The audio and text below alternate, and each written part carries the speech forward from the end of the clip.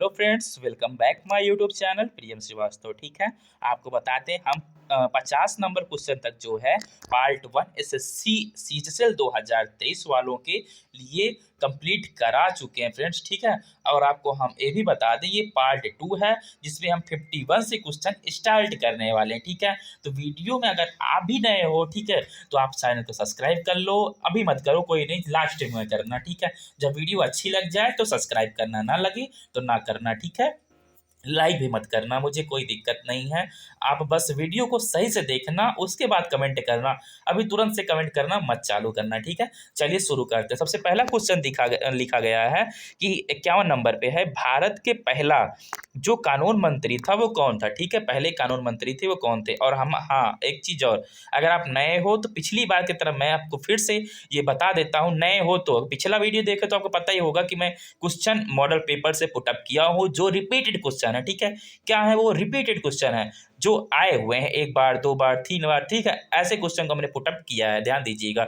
इसकी वजह से एक भी क्वेश्चन को ध्यान से देखिएगा, मिस्टेक मत कीजिएगा। ठीक है, देखिए, तो इसका जो राइट आंसर है वो है डॉक्टर भीमराव रामजी। ठीक है, कौन थे? भारत के पहले जो कानून मंत्री थे वो डॉक्टर भीमराव रामजी थे। ठीक है, 52 नंबर पे देखेंगे, जम्मू और कश्मीर का पहला गवर्नर जनरल कौन था।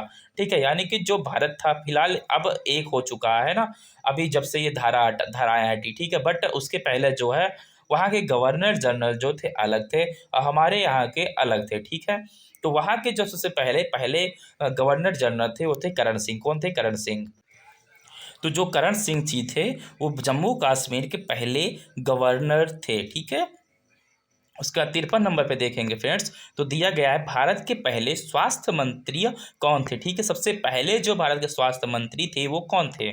तो ये जो है राजकुमारी अमृत कौर जो हैं भारत की पहली जो हैं, या पहले मान सकते हो, वो हैं स्वास्थ्य मंत्री रहे हैं। ठीक है, उसके बाद नेक्स्ट क्वेश्चन देखेंगे 54 है। ठीक है, कौन सा है? 54 नंबर।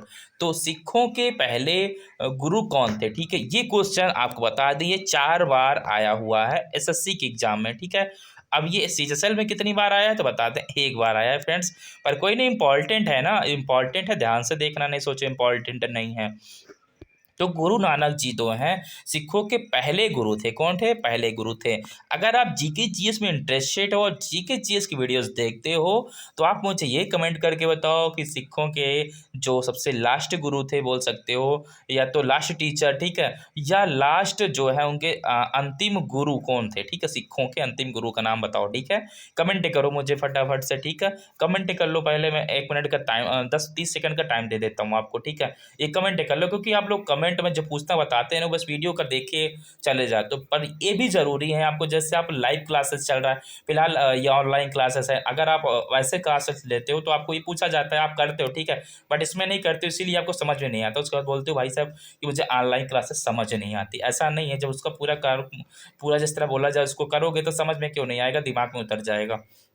क्योंकि देखने से और समझने में बहुत ज़्यादा अंतर है। ठीक है फ्रेंड्स, 55 नंबर पे देखेंगे, फिर से हम कमेंट कर चुके हो तो आगे बढ़ते हैं। ठीक है, 55 नंबर पे देखेंगे, भारत के पहले ब्रिटिश गवर्नर कौन थे। ठीक है, तो आपको बता दें वारेन हेस्टिंग्स जी जो हैं, ये जो कि एक अंग्रेज था, फिलहाल अंग्रेज थे, ये जो हैं भारत के पहले ब्रिटिश गवर्नर जनरल थे। ठीक है, उसके बाद 56 नंबर पे देखेंगे, पहला लेखक कौन था जिसे व्यास सम्मान से सम्मानित किया गया था। अब व्यास सम्मान, ठीक है, व्यास सम्मान दिया जाता है, ठीक है, वेद व्यास के रूप में। ठीक है, यानी वेद व्यास जी ने किसकी रचना की थी मुझे कमेंट में भी बता देना। ठीक है, और आपको बता दूं वेद व्यास जो सम्मान है, ठीक है, व्यास सम्मान, जैसे इसका नाम जो है इसको जो है एडिट कर दिया गया, बोल सकते हैं संपादित कर दिया गया है, व्यास सम्मान कर दिया गया है। तो ये रामविलास शर्मा जी को व्यास सम्मान सबसे पहले मिला था। ठीक है, उसका 57 नंबर पे हम बढ़ते हैं, तो उसमें 57 नंबर पे देखेंगे, अब आप लोग सुने होंगे माउंट एवरेस्ट पे दिया जा, ऐसे क्वेश्चन आते हैं किसमें चढ़ा। ठीक है,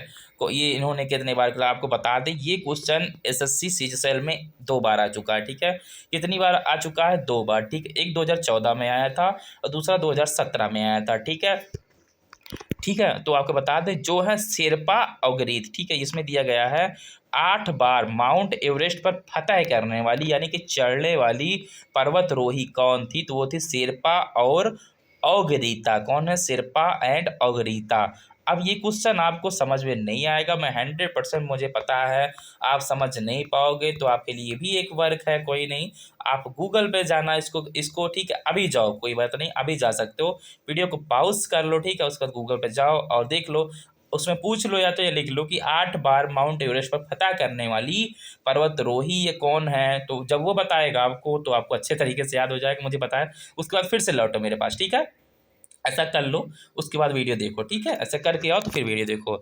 उसके बाद हम लोग चलते हैं 58 नंबर से फ्रेंड्स। तो 58 नंबर पे देखेंगे कि भारतीय ज्ञानपीठ पुरस्कार से सम्मानित प्रथम व्यक्ति कौन थे। तो आपको बता दें, जो भारतीय ज्ञानपीठ से पुरस्कारित प्रथम व्यक्ति थे वो थे जी शंकर कुरूप, ठीक है, जो कि मलयालम के थे। कहाँ के थे? मलयालम के। और इनको 1965 में जो है भारतीय ज्ञानपीठ पुरस्कार मिला था, ठीक है। उसके बाद 59 देखेंगे हम, तो प्रथम मरणोपरांत भारत रत्न पुरस्कार विजेता कौन थे, ठीक है। अभी आपको दिक्कत हो रही है समझने में कि मरणोपरांत क्या है, तो बता दूं, मरने के उपरांत, ठीक है, क्या है, मरने के उपरांत भारत रत्न पुरस्कार किसे दिया गया था, ठीक है। तो फ्रेंड्स, मरने के बाद जो है लाल बहादुर शास्त्री जी को भारत रत्न पुरस्कार दिया गया था। भाई आप समझ सकते हो, मरने के बाद इनको जो है भारत रत्न पुरस्कार से सम्मानित किया गया, ठीक है, कोई बात नहीं, बट मिला तो ना। उसके बाद 60 नंबर पे देखेंगे, 60 नंबर पे दिया गया है, order of arts and later का पहले सेवेलियर कौन थे, ठीक है। अब मुझे बताना, अगर आप जीके जीएस में इंटरेस्टेड हो तो सेवेलियर किसे कहते हैं भाई, सेवेलियर किसे कहते हैं, सेवेलियर बताओ जरा। अब सेवेलियर बता दो तो जानो सिल्वियर किसे कहते हैं, पता ही नहीं होगा, कोई नहीं, पता ना हो तो बताना कमेंट में, सिल्वियर किसे नहीं कहते, मैं पोस्ट कर दूंगा, ठीक है। उसके बाद आपको बता दें, ये शिवाजी गणेशन जी को जो है आर्ट ऑफ आर्ट्स, ठीक है, एंड लेटर के पहले सिविलियर कौन थे, तो शिवाजी गणेशन थे, ठीक है। 61 नंबर पे देखेंगे, नोबेल पुरस्कार किसकी स्मृति में दिए जाते हैं, ठीक है। जो नोबेल पुरस्कार के क्वेश्चन देखते हो आपकी, नोबेल पुरस्कार ये वाला किसे मिला, इसमें किसको मिला, ठीक है। तो जो नोबेल पुरस्कार मिलते हैं ना, वो अल्फ्रेड नोबेल, अल्फ्रेड एक व्यक्तित्व है, ठीक है, व्यक्ति नहीं है, उन्हें व्यक्तित्व बोला जाता है, जिनके उपलक्ष्य में हम किसका अवार्ड प्राप्त कर रहे हैं, तो व्यक्ति नहीं रह गए, वे व्यक्तित्व हो गए, ठीक है। तो अल्फ्रेड के स्मृति में, ठीक है, उनके याद में जो है अल्फ्रेड नोबेल पुरस्कार दिया जाता है, ठीक है, नोबेल पुरस्कार दिया जाता है, ठीक है। उसके बाद देखेंगे नेक्स्ट क्वेश्चन, सरस्वती सम्मान किस क्षेत्र में दिया जाता है, ठीक है, क्या पूछा गया है, सरस्वती जो सम्मान है किस क्षेत्र में दिया जाता है, आपको बता दें साहित्य यानी रचना के क्षेत्र में, ठीक है, सरस्वती सम्मान दिया जाता है, किसके क्षेत्र में फ्रेंड्स, रचना के क्षेत्र में या साहित्य के क्षेत्र में, बोल सकते हो लेखकी के क्षेत्र में जो है सरस्वती सम्मान दिया जाता है, ठीक है। 63 नंबर पे हम देखेंगे, ज्ञानपीठ पुरस्कार क्या दिया गया है, ज्ञानपीठ पुरस्कार कब से प्रदान किया जा रहा है, ठीक है। तो आपको बता दें, जो ज्ञानपीठ पुरस्कार है वो 1965 से प्रोवाइड किया जा रहा है भारतीय लोगों को, ठीक है, जो इसके लायक होते हैं, ठीक। अभी बताओ करंट में किससे ज्ञानपीठ पुरस्कार मिला है, ये बता दीजिए मुझे, करंट में किस भारतीय को ज्ञानपीठ पुरस्कार मिला है, किसी एक का भी नाम आप बता दो, ठीक है, करंट में जो अब की मिला, ठीक है। 64 नंबर पे देखेंगे, खेल प्रशिक्षकों के लिए द्रोणाचार्य पुरस्कार किस वर्ष स्थापित किया गया था, ठीक है। खेल जो प्रशिक्षक होते हैं, ठीक है, यानी कोच बोल सकते हो, उनको कब द्रोणाचार्य पुरस्कार से सम्मानित करने का ये किया गया कि हाँ भाई, अब जो अच्छे कोच होंगे उनको ये द्रोणाचार्य पुरस्कार मिलेगा। तो आपको बता दें 1985 से, ठीक है, कब से, 1985 से द्रोणाचार्य पुरस्कार मिलना प्रारंभ हुआ था, ठीक है, जो कि कोचों के लिए बहुत ही इम्पॉर्टेंट होता है, क्योंकि बहुत ही बड़ा ये प्राइज होता है, ठीक है, प्रशिक्षकों के लिए, खेल प्रशिक्षकों के लिए नहीं, आप टीचर को समझ लो। फिर 65 नंबर पे देखेंगे, सीवी रमन को किस वर्ष नोबेल पुरस्कार मिला, ठीक है, सीवी रमन को किस वर्ष नोबेल पुरस्कार मिला, तो 1930 ईस्वी में सीवी रमन को नोबेल पुरस्कार मिला था, ठीक है। फिर 66 नंबर पे चलते हैं, 66 नंबर पे देखेंगे, भारत रत्न और अन्य राष्ट्रीय सम्मान का आरंभ कब हुआ था, ठीक है। तो जो भारत रत्न था, और मतलब जब भारत आज़ाद हुआ उसके बाद से जो अवार्ड्स मिलते हैं, ठीक है, जो पुरस्कार मिलते हैं वो कब से चालू किए गए देने, ठीक है, तो वो 1954 में, ठीक है, 1954 ईस्वी से भारत में भारत रत्न मान लो और अन्य राष्ट्रीय जो पुरस्कार होते हैं उनको मान लो, तो वो 1954 से ईस्वी से भारत में मिलने चालू हो गए थे, उसके पहले जो है नहीं दिए जा रहे थे, ठीक है। दिए जा रहे थे, बट वो भारत के नहीं थे, मतलब आप समझ सकते हो अंग्रेजों द्वारा दिए जा रहे थे, जो उनके गुलाम के करते थे, ठीक है, ऐसा वैसा कुछ भी। तो 67 नंबर पे देखेंगे हम फ्रेंड्स कि धन्वंतरी पुरस्कार किस क्षेत्र में प्रदान किया जाता है फ्रेंड्स, किस क्षेत्र में प्रदान किया जाता है, ये क्वेश्चन पुटअप किया गया है 2017 और 2012 के, ठीक है, एग्जाम में, CHSL के एग्जाम में ये इंपॉर्टेंट क्वेश्चन है, धन्वंतरी पुरस्कार। आप देख सकते हो कि अगर आपसे कोई अन्य पुरस्कार पूछा गया हो, नोबेल पुरस्कार, ठीक है, भारत रत्न पुरस्कार, ज्ञानपीठ पुरस्कार, तब तो आप जान सकते हो, लेकिन आप धन्वंतरी का नाम ही नहीं सुने होगे प्रेजेंट में। अगर आप सुने हो तो बताना, ठीक है, कि हाँ भाई मैंने सुना था, बट आप सुने नहीं होगे, मुझे 100% कन्फर्म है, भले झूठ बोलो, ठीक है।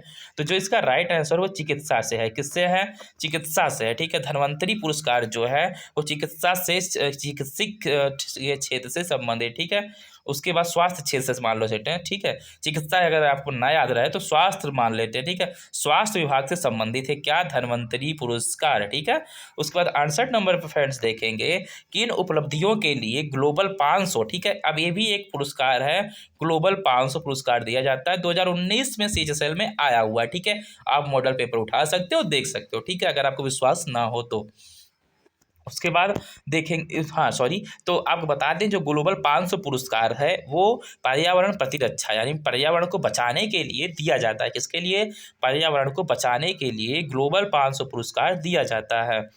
अब ये ना समझना कि 500 रुपये दिए जाते हैं, ग्लोबल 500 उसका नाम है, ठीक है। 69 पे देखेंगे कलिंग पुरस्कार दिया जाता है, ये पूछा गया है, क्या पूछा गया है, कलिंग पुरस्कार दिया जाता है, ठीक है। तो कलिंग पुरस्कार जो है विज्ञान और लोकप्रिय को बनाने के लिए, यानी विज्ञान को और ज़्यादा प्रसिद्ध बनाने के लिए कलिंग पुरस्कार दिया जाता है, ठीक है। अब मुझे बताओ थोड़ा, कलिंग पुरस्कार जो है किसके याद में दिया जाता है, ठीक है। उसके बाद 70 नंबर पे देखेंगे फ्रेंड्स कि पुलित्जर, क्या लिखा गया है, पुलित्जर पुरस्कार किस क्षेत्र में प्रदान किया जाता है, ठीक है। तो पत्रकारिता के क्षेत्र में प्रदान किया जाता है, ये क्वेश्चन भी 2014 में आया हुआ था, ठीक है, कि पुलित्जर पुरस्कार 2014 2019 दो बार आ चुका है। पुलित्जर पुरस्कार किस क्षेत्र में प्रदान किया जाता है, तो पत्रकारिता के क्षेत्र में पुलित्जर पुरस्कार जो है प्रदान किया जाता है, ठीक है। 71 नंबर पे हम देखते हैं राष्ट्रीय एकता पर बनी सर्वोत्तम फीचर फिल्म को किस पुरस्कार से सम्मानित किया जाता है, तो आपको बता दें नरगिस दत्त पुरस्कार से राष्ट्रीय एकता पर बनी सर्वोत्तम फीचर फिल्म को पुरस्कार से सम्मानित किया जाता है। जो राष्ट्रीय एकता के ऊपर बनी होती है उन्हीं फिल्मों को केवल नरगिस दत्त पुरस्कार दिया जाता है, ठीक है। और हाँ, अगर आप चैनल पे अभी तक बने हो तो इसका मतलब आपको वीडियो पसंद आ रहा है और आपके दिमाग में जा रहा है, ठीक है। तो आप इसे निकालना नहीं, कोई नहीं। आप एक बात और, आप चैनल पर नए हो तो प्लीज़ चैनल को सब्सक्राइब कर लो और बेल आइकन को हिट कर लो, क्योंकि आपके लिए हम बहुत ही बेस्ट तरीके से तैयारी कराएंगे। और आपके CHSL की जो तैयारी है GK GS की, तो वो हमारे ऊपर है कि आपको पूरी तरह से हम एकदम एक एक क्वेश्चन जो है आप देख लेना, जो पेपर में आएगा हमारे यहाँ से हट के कोई भी नहीं आएगा। बट ये है आप जो रेगुलर देखो, ठीक है, जो भी मैं, हाँ ये नहीं है कि आप मैं जो भी वीडियो प्रोवाइड कर रहा हूँ सब देखो, ऐसा नहीं, क्योंकि मेरे चैनल पे बहुत से अलग अलग तरह की भी वीडियो प्रोवाइड की जाती है, बट CHSL वालों के लिए मैं खास तरीके से बता रहा हूँ। उनके लिए जो भी आपको अगर दिखे CHSL की हमारी चैनल के वीडियोस, आप उनको देखिएगा, ठीक है। अदरवाइज उसमें किसी और चीज़ का दिया रहा है व्यूअर, तो आप उसे मत देखो, ठीक है। बट CHSL अगर लिखा है तो आपके लिए ही है वो, आप उसको देखो, ठीक है। नेक्स्ट क्वेश्चन फ्रेंड्स देखेंगे 72 नंबर पे चलते हैं। तो ग्रैमी पुरस्कार किस क्षेत्र में दिया जाता है, ये पुरस्कार जो है हर बार पूछे जाते हैं, इसकी वजह से हम आपको, ठीक है, पुरस्कार से संबंधित अलग से आपके लिए सेपरेट इसका वीडियो लेके आएंगे, ठीक है, ठीक है, एकदम सेपरेट वीडियो लेके आएंगे जिससे हट के पुरस्कार आएगा ही नहीं, ठीक है। पुरस्कार भी डर के भाग जाएगा कि भाई इसको याद है, आप इसके मत जाओ, अब ये पेपर में नहीं छापो, ठीक है, जो याद करके जाओगे वो नहीं छपता ना, इसकी वजह बता रहा हूँ। तो 72 नंबर पे देखेंगे ग्रैमी पुरस्कार किस क्षेत्र में दिया जाता है, तो वो संगीत के क्षेत्र में ग्रैमी पुरस्कार दिया जाता है, ठीक है। उसके बाद हम 73 नंबर पे देखेंगे, तो 73 नंबर पे दिया गया है कि नॉर्मल बोरलोग पुरस्कार किस क्षेत्र में दिया जाए। भाई कितना कठिन नाम है, आप देख रहे हो ना, नॉर्मन बोरलोग, ठीक है, नॉर्मन क्या दिया गया है, नॉर्मन बोरलोग पुरस्कार, ठीक है। अब ये क्वेश्चन फिलहाल आपको, मुझे नहीं लगता आप लोग याद रख पाओगे कि नॉर्मन बोरलोग पुरस्कार किसे कहते हैं, ठीक है। आपको बता दें ये कृषि से संबंधित है, किससे संबंधित है, नॉर्मन बोरलोग पुरस्कार, तो ये कृषि से संबंधित है, पर कोई नहीं, जो नॉर्मल लोग होते हैं, ठीक है, उन जो बोरिंग करवाते हैं कृषि विभाग से लेकर के ना, उनको दिया जाता है, आपको बता दें, लेकिन आप समझ नहीं पाओगे। पर कोई नहीं, आप एक काम करो, आप गूगल पे जाओ। सबसे पहले क्या करना है, आपको गूगल पे जाने का है और नॉर्मन बोरलोग पुरस्कार किससे संबंधित है, ठीक है, ऐसा डालोगे तो आपको पूरा इसके बारे में डिटेल आ जाएगा। एक बार उसको ना रीड कर लेना, ठीक है, क्योंकि ये इंपॉर्टेंट क्वेश्चन है, इसलिए मैं बोल रहा हूँ आप गूगल जाके कर लो और इसके बारे में पूर्ण विवरण यानी संपूर्ण विवरण ले लो, ठीक है।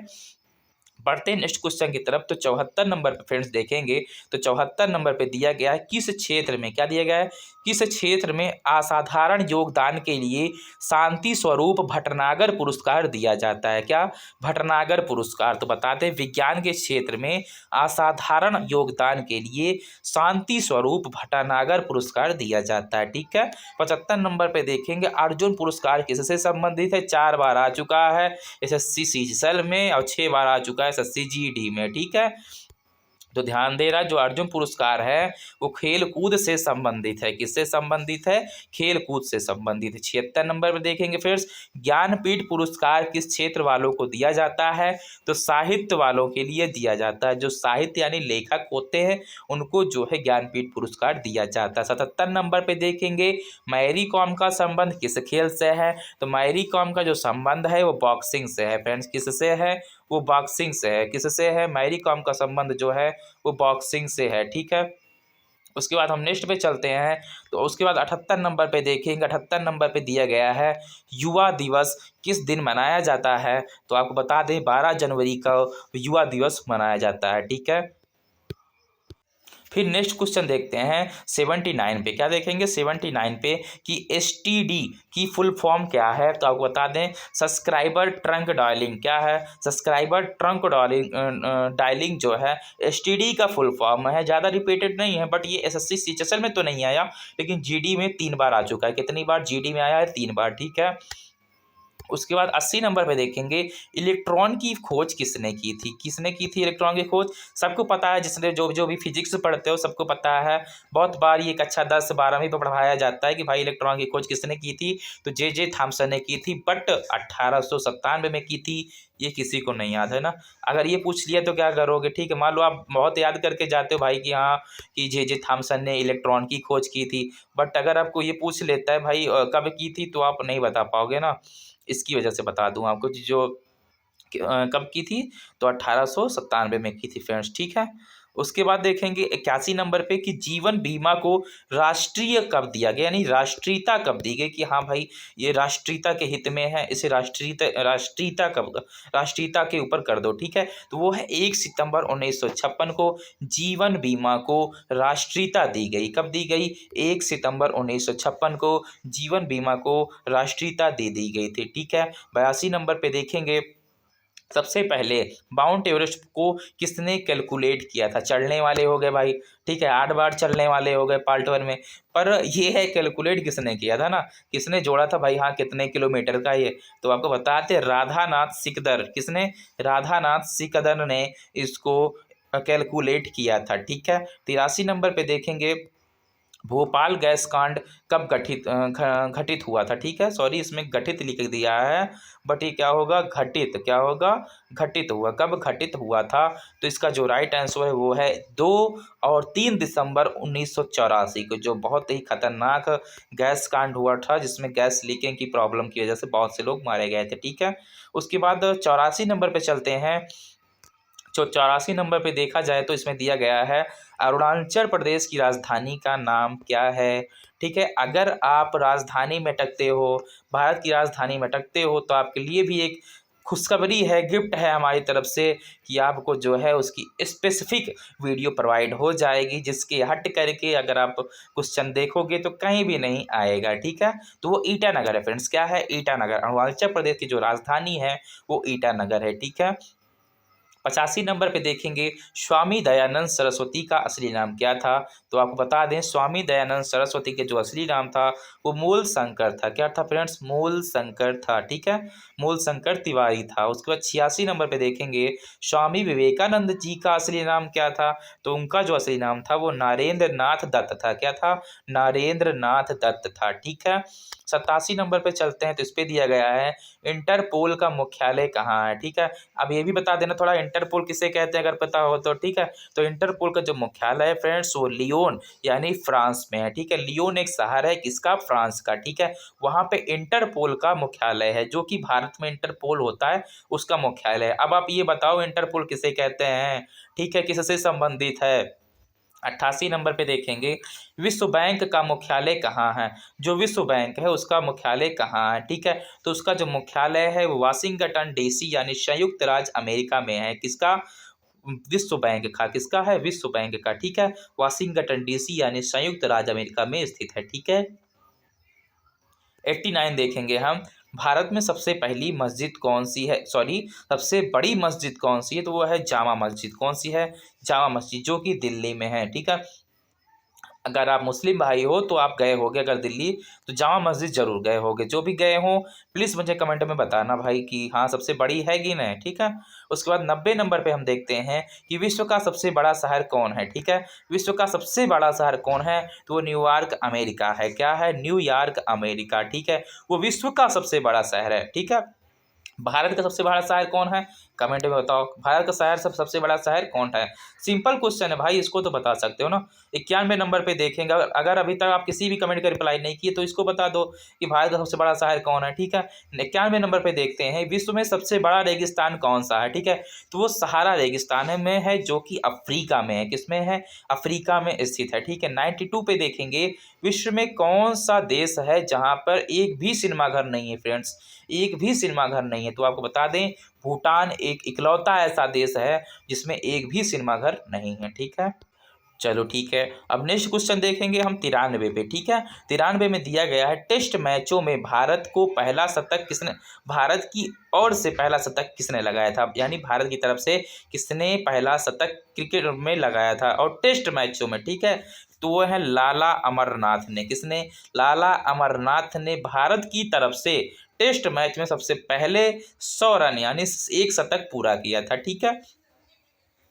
94 पे देखेंगे भारत में रेशम का सबसे अधिक उत्पादन किस राज्य में होता है, ठीक है। तो आपको बता दें कर्नाटक में जो है रेशम सबसे ज़्यादा अधिक उत्पादन होता है, कहाँ पे, कर्नाटक में, ठीक है। वहाँ पे रेशम की खेती ही होती है सबसे ज़्यादा, कर्नाटक में होती है, ठीक है। उसके बाद 95 नंबर पे देखते हैं हम कि भारत के पूर्वोत्तर के राज्यों में जंगलों को काटकर जो खेती की जाती है वो क्या कहलाती है, तो कहलाती है झूम खेती, ठीक है। क्या कहलाती है, ये मोस्ट इंपॉर्टेंट, ध्यान देना बहुत इंपॉर्टेंट है, ये 6 बार आ चुका है कुल मिला के, एसएससी जीडी और सीएचएसएल में मिलाकर के 6 बार आ चुका है फ्रेंड्स। तो वो क्या कहलाती है, झूम खेती, क्या कहलाती है फ्रेंड्स, झूम खेती, ठीक है। क्या भारत के पूर्वोत्तर के जो राज्य हैं यानी कि उत्तराखंड, ठीक है, सॉरी वो क्या बोलते हैं उसको, उत्तराखंड हो गया, ये भी है, ठीक है। और उत्तर प्रदेश का पूर्वी इलाका, ठीक है। ऐसे जो राज्य है वहाँ पे जो है पूर्वोत्तर राज्य में जंगलों को काट कर जो खेती की जाती है उसे क्या कहते हैं, झूम खेती कहते हैं, ठीक है। यानी एकदम झूम करके, ठीक है। तो कोई नहीं, 96 नंबर पे देखेंगे फ्रेंड्स, तो 96 नंबर पे दिया गया है भारत के कितने, क्या दिया गया है, भारत के कितने क्षेत्रफल पर खेती की जाती है, कितने क्षेत्रफल पे खेती की जाती है। तो आपको बता दें जो भारत की ज़मीन है उसके टोटल 51% ज़मीन पे, भूमि पे, ठीक है, भूमि पे खेती की जाती है, ठीक है। उसके बाद जो बचते हैं उसमें रहने का, खाने का, पानी का सब होता है, ठीक है। लेकिन 51% पे जो है कृषि की जाती है, ठीक है। उसके बाद 97 नंबर पे देखेंगे लाल मिट्टी का रंग क्यों होता है, ठीक है। यानी मिट्टी का रंग जो है लाल क्यों होता है ये पूछा गया है, ठीक है। क्या पूछा गया, मिट्टी का रंग जो है वो लाल क्यों होता है। तो आपको बता दें लौह ऑक्साइड की उपस्थिति के कारण जो है मिट्टी का रंग लाल होता है, ठीक है। अब ये थोड़ा बता देना आपकी जहाँ जो रहे रिप्रेजेंट में जहाँ वहाँ का मिट्टी का रंग कौन सा है, ठीक है, और वो कौन सी मिट्टी के अंतर्गत आती है, ठीक है। अगर आपको मिट्टी का प्रकार पता है, टाइप्स ऑफ इसका जो है अर्थ की मिट्टियों का नाम पता है तो आप बता सकते हो, ठीक है। उसके बाद देखेंगे 98 नंबर पे दिया गया है किस मिट्टी के रेगुर मिट्टी के नाम से जाना जाता है। तो आपको बता दें काली मिट्टी को रेगुर मिट्टी कहते हैं, काली मिट्टी को ही हम क्या कहते हैं, रेगुर मिट्टी कहते हैं, ठीक है। 99 पे देखेंगे समुद्री जल से शुद्ध जल किस प्रक्रिया द्वारा प्राप्त किया जा सकता है। तो आपको बता दें समुद्री जल से जो शुद्ध जल होता है वो प्राप्त करने के लिए आपको आसवन यानी, ठीक है, आसवन प्रक्रिया से गुजरना पड़ेगा, उसके बाद आप जो है शुद्ध जल प्राप्त कर सकते हो। आपको बता दें आसवन किसे कहते हैं, तो पानी को गर्म करना, ठीक है, पानी को गर्म करना, उसके बाद जो भाप से उसके पानी बनता है उसे आसवन प्रक्रिया कहते हैं। क्या आपको अभी तक ये पता था? अगर विज्ञान पढ़ते रहोगे तो पता होगा, नहीं पढ़ते होगे तो कोई बात नहीं, नहीं पता होगा। 100 नंबर पे देखेंगे, 100 नंबर क्वेश्चन है हमारा कि अर्थशास्त्र का जनक कौन है। यानी अर्थशास्त्र तो लिखा तो हमारे भारत में गया था, जिसको चाणक्य या कौटिल्य बोलते हैं, उन्होंने अर्थशास्त्र के लिखा था, बट अर्थशास्त्र के जनक कौन थे तो आपको बता दें, एडम स्मिथ एक व्यक्तित्व हैं जिन्होंने अर्थशास्त्र के जनक कहलाते हैं। वो कौन से? एडम स्मिथ, ठीक है। ये पार्ट यहीं समाप्त होता है। वीडियो अब अच्छी लगी हो तो प्लीज़ चैनल को अब तो सब्सक्राइब कर लेना अगर अच्छी लगी हो तो। अगर अभी भी अच्छी ना लगी हो तो यार कोई बात नहीं, मत सब्सक्राइब करो। मिलते हैं नेक्स्ट वीडियो में, तक के लिए जय हिंद, जय भारत।